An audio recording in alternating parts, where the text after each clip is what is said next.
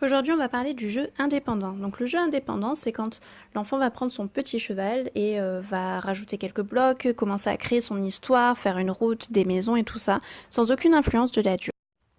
Les avantages du jeu indépendant, c'est que ça va encourager à l'imagination et à la créativité, ça améliore la concentration et les capacités de réflexion, on encourage la confiance en soi et l'autosuffisance, c'est très bien pour la régulation émotionnelle, c'est un moment de calme et de détente que l'enfant a avec lui-même, où il contrôle son jeu et il fait ce qu'il veut en fait à travers son jeu.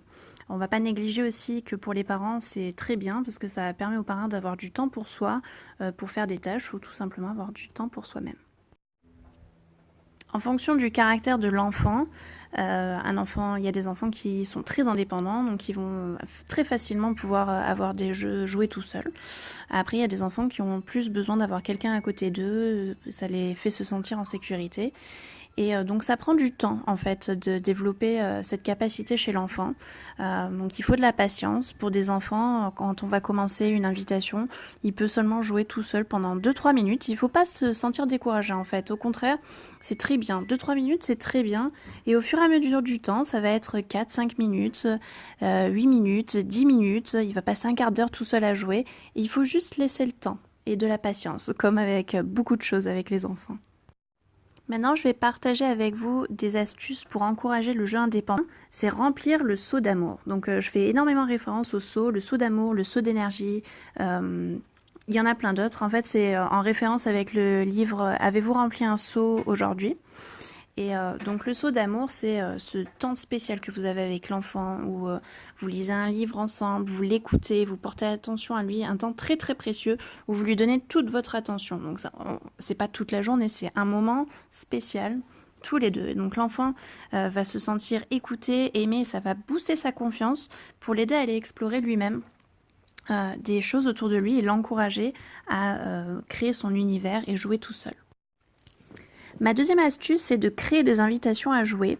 Donc que ce soit un bac en plastique avec des lentilles sèches et des cuillères, que ce soit une activité. Laisser l'enfant découvrir en fait cette invitation tout seul et le laisser explorer tout seul et guider son jeu lui-même.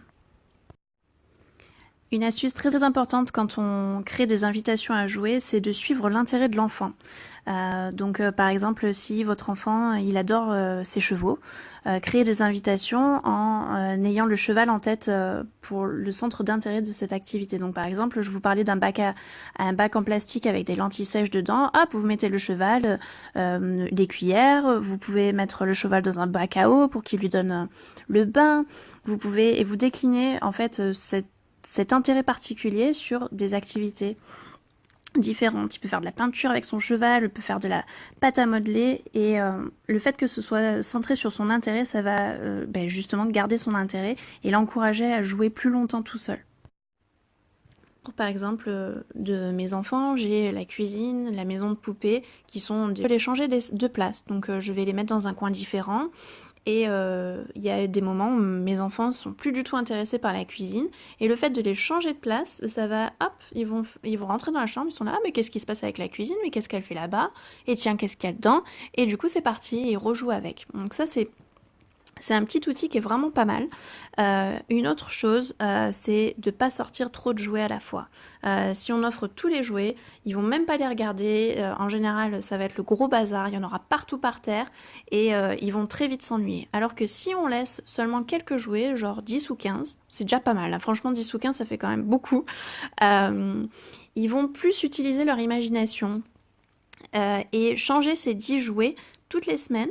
Ça va créer un sentiment de renouveau aussi. Ah tiens, le bus, ça faisait longtemps que je l'avais pas vu. Et tiens, si on prenait les dinosaures et qu'on les amène à l'école, blablabla. Et donc ils vont créer leur monde. Et ça, c'est des petits outils qui sont assez intéressants à explorer aussi pour encourager le jeu autonome. Et le dernier point qui fera l'objet de pas mal d'épisodes, ce sont les schémas d'apprentissage. Donc c'est des apprentissages de concepts en fait, comme d'ouvrir et de fermer une porte.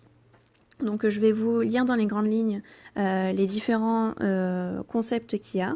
Donc il y a la trajectoire, donc de transporter un objet d'un endroit à un autre. La rotation, c'est un intérêt particulier sur ce qui tourne, tourner sur soi-même. L'enveloppement, c'est s'entourer d'objets, créer un fort autour de soi, envelopper ses jouets dans des tissus. La liaison, donc c'est assembler et désassembler des jouets. Le positionnement, c'est payer une attention particulière sur le placement des objets, créer des lignes et des cercles avec. L'orientation, c'est regarder des objets sous différents angles. Donc, si vous vous rendez compte, par exemple, que votre enfant adore la trajectoire, il est passionné par ses voitures, les bouger d'un endroit à un autre, si vous prenez ce concept en idée de mire, vous pouvez créer des invitations sur énormément d'épisodes qui vont suivre pour entrer plus en détail sur chacun de ces points. Et j'espère vous retrouver dans un prochain épisode. Bye bye!